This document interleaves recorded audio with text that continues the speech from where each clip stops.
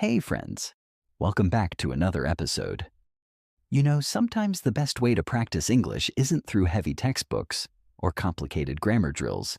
It's just by talking about something simple and real, your day. Think about it. Every single one of us has a day. Busy days, boring days, exciting days, frustrating days. And when you can describe those days in English, you're not just learning words, you're learning to think in English. Today, I'm going to share my entire day with you, from the moment I woke up, to the food I ate, to the random little thoughts I had.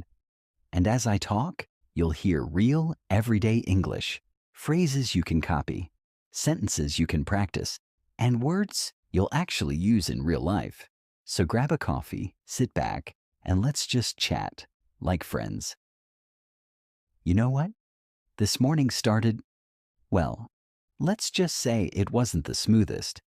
The alarm went off at 6:30 a.m. You know that sound, the one that feels like it's yelling at you? Yeah, that one. I opened my eyes, but my brain said, nope, not yet. I reached over, hit the snooze button, and told myself, just 5 more minutes. Of course, 5 minutes became 10, 10 became 20, and by the time I really woke up, it was almost 7 a.m. I sat there in bed for a second. You know, that moment where you just stare at the ceiling and think about life. I thought about all the things I had to do today, and for a second, I almost felt overwhelmed. But then I remembered something I read yesterday. Your morning sets the tone for your entire day. So I took a deep breath and said, all right, let's make today a good one. I dragged myself out of bed, walked to the bathroom, and looked in the mirror. And oh boy, messy hair, sleepy eyes, that just woke up look. I smiled at myself and actually said out loud, good morning, me. You look okay. After washing my face with cold water, because cold water is like a slap that wakes you up, I brushed my teeth. And you know what? There's something almost meditative about brushing your teeth. Like, for those 2 minutes, it's just you and the toothbrush. Once I felt a little more human, I headed to the kitchen. Breakfast time. Now I'm the kind of person who believes breakfast can set the vibe for your whole day. But today, I wasn't feeling like making anything complicated. I opened the fridge, and there it was. Some leftover bread, butter, and a jar of peanut butter. Easy choice. Toasted the bread, spread the peanut butter, and made myself a quick coffee.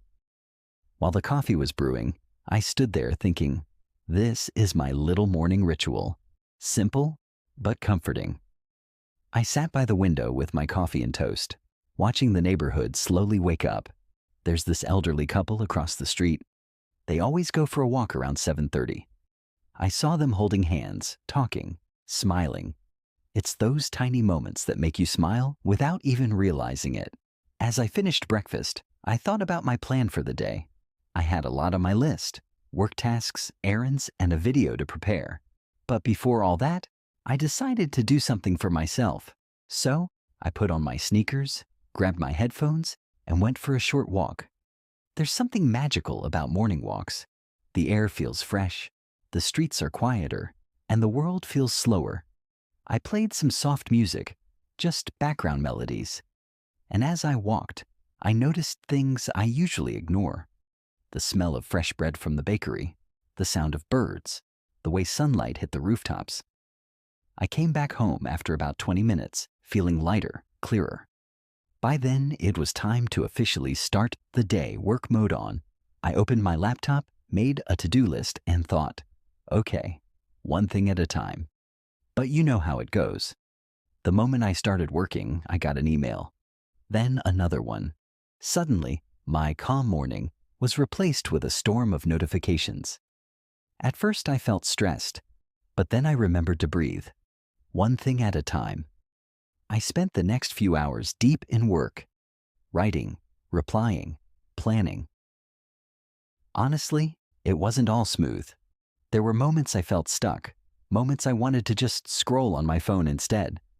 But I kept reminding myself why I was doing it. Around noon, I realized I was starving. Lunchtime. I didn't feel like cooking a big meal, so I made something quick, an omelet with vegetables. As I chopped onions and tomatoes, I thought about how cooking is like therapy. The colors, the smells, the sound of sizzling. Somehow it relaxes you. I ate lunch slowly, no phone, no distractions. Just me and my plate.